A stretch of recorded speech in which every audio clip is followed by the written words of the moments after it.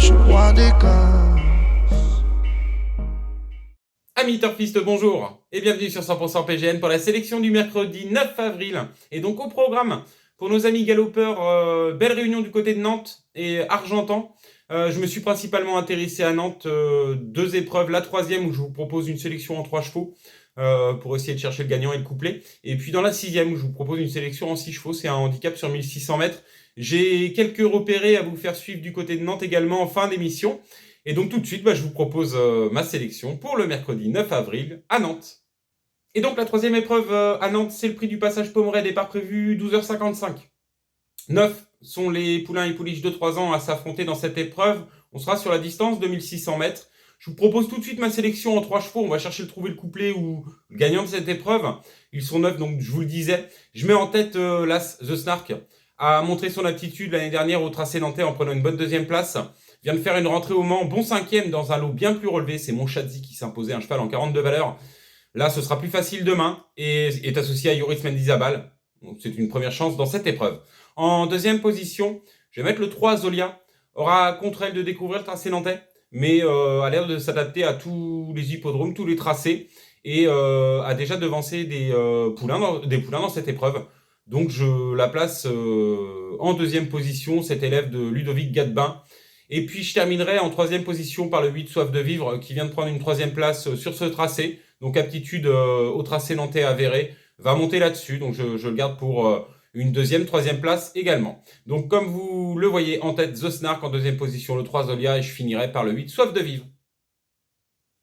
Et donc la sixième épreuve, le prix de Vermouth, c'est un handicap divisé, départ prévu 14h47, la distance c'est 1600 mètres et ils sont 13 à prendre le départ de cette épreuve. Je vous propose une sélection 6 chevaux. J'ai évidemment été attentif à l'aptitude au tracé nantais. C'est là-dessus que j'ai appuyé mon papier. Je tente un coup de poker. Ma sélection apparaît tout de suite. Je mets en tête le 7 Mamom.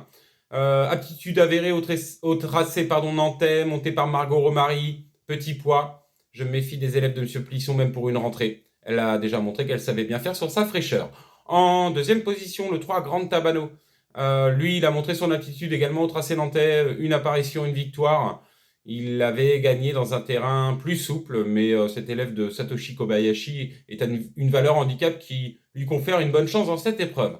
En troisième et quatrième position, aptitude avérée également, le 4 Kerwellen, et suivra le 5 Alatea. En cinquième position, le 11 Laurent, deuxième d'un quintet ici même, c'était en terrain lourd, mais l'aptitude au tracé, je m'en méfie également. Avec ce petit poids dans cette épreuve. Et puis je terminerai par l'As Rooftop, c'était mieux l'autre jour au Mans, bon troisième dans un lot intéressant, c'est Gogan Space qui s'imposait, un élève d'Edouard Montfort, s'il est monté là-dessus, pourrait venir prendre une part active à l'arrivée, pourquoi pas venir chercher une quatrième place. J'aurai un regret, ce sera le 12 Marlowe, qui court à 5 jours, qui vient de bien gagner sur la PSF Cantilienne. Cet élève de Cédric Boutin est d'autant plus supplémenté pour l'occasion. Donc si vous avez une petite place en bout de ticket, pourquoi pas. Donc je vous redonne ma sélection qui s'affiche, bien sûr. Je mets en tête le 7. Deuxième position, le 3. Le 4 suivra. Le 5 en quatrième position. Le 11, Laurent, en cinquième position. Et je terminerai par l'As Rooftop. Et donc dans les jumelles, aujourd'hui j'ai des repérés à vous faire suivre du côté de Nantes. Le prix Bellamy, c'est la cinquième épreuve. Suivez le 5 Chivator, cet élève de Louisa Carberry, monté par Christopher Grosbois, a déjà montré des moyens sur le plat. Même pour une rentrée, je m'en méfie dans cette épreuve. Si vous faites des combinés, ne l'oubliez pas au moment du choix. Et j'aurai une priorité dans cette épreuve, c'est le 12 Ambier. On a vu que les élèves de Marcus Munch rentraient et étaient prêts pour leur rentrée. On l'a encore vu avec Audemars et on l'a encore vu dimanche à Longchamp dans un groupe 3. Donc je me méfie de cet élève de Marcus Munch dans cette épreuve, le numéro 12 Ambier. Et puis la septième épreuve, le steeplechase, c'est le prix Hugues de la Brosse. Suivez le 4 Charminot. Charminot, Nantes c'est son jardin. Le terrain souple demain ça va être pour lui. Il retrouve un tracé qu'il affectionne particulièrement et même pas après une longue rentrée, il fait bien sur sa fraîcheur. Donc suivez-le dès sa rentrée Charminot. Et puis dans la huitième et dernière, là on passe sur les balais, on change de discipline encore une fois. Suivez l'élève de Alain Couetil. Je vous le conseillais l'autre jour, c'était un petit peu dur pour une rentrée la Listed du côté de Compiègne. Elle a jamais été en course. Mais Gogojet, le numéro 4, suivez cet élève d'Alain Couetil, retrouve un tracé sur lequel elle a déjà gagné. J'en attends une réhabilitation demain dans cette épreuve. Donc voilà pour dans les jumelles.